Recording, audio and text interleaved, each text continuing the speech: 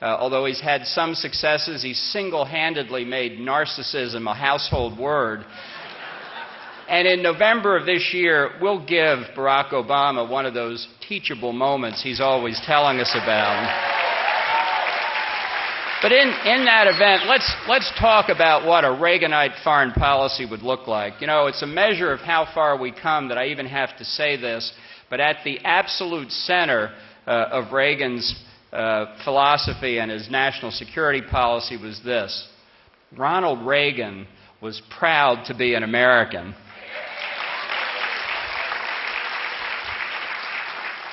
And so was Nancy.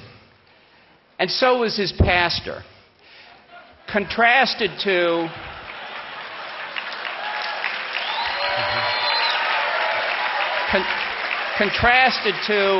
Barack Obama, our first post-American president, who doesn't believe in American exceptionalism, although he says that he does, you know, probably about as much as he believes in freedom of religion.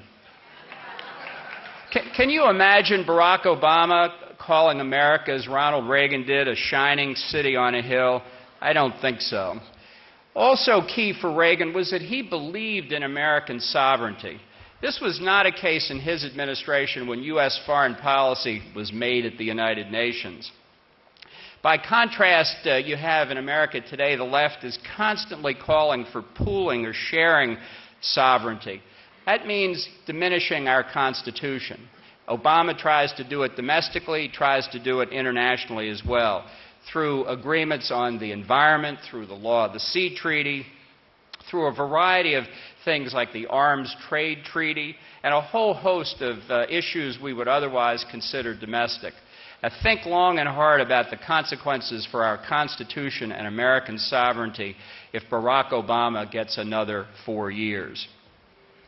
Reagan's view was summed up in the phrase, peace through strength. He understood the relationship between the American economy and the world as a whole. He understood that we needed to have a strong domestic economy to have a strong international position, and he knew that without American strength in the world, you couldn't have sustained economic prosperity at home. You can't distinguish the two.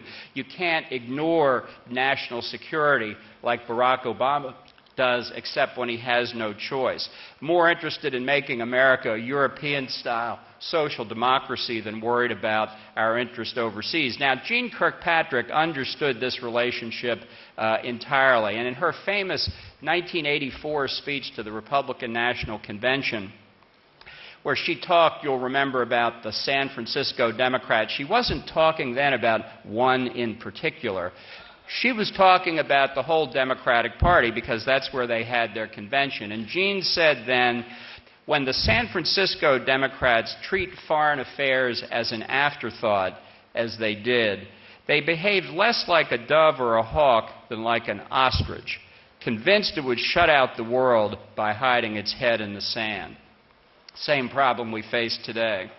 Now, Reagan understood fundamentally what the principal responsibility of the U.S. government was. And where did he take his text? From Adam Smith, the great philosopher of free markets and capitalism and individual freedom. This is what Adam Smith said in The Wealth of Nations.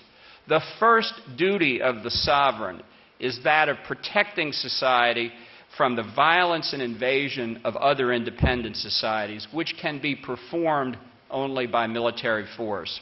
Reagan himself said in 1982, the top priority of the federal government, is the safety of this country.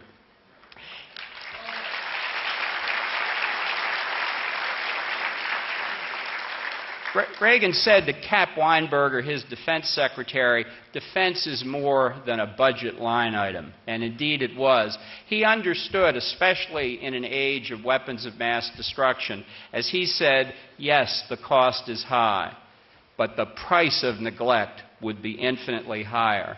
So as we look today at Obama's devastating budget cuts, you can see that the next president, if he wants to have a Reaganite foreign policy, has an enormous task ahead. Obama's cuts over $1.5 trillion.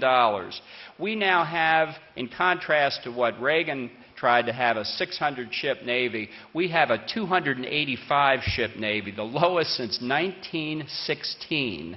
And the number is going down. Even as recently as 2010, an independent review panel said we needed at least 346 ships. Nowhere close to that and going in the wrong direction. And every other one of the services will suffer comparably. I think this is posing risks for America that we can't ever foretell, whatever the budget cost. You know, people say our budget is so much larger than everybody else. True. And you know what? I don't ever want America to be in a fair fight.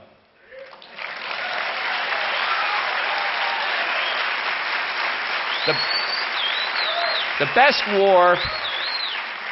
war is the war that's never fought. And the way to avoid fighting wars is to have such strength that nobody even thinks about challenging us. That day is disappearing.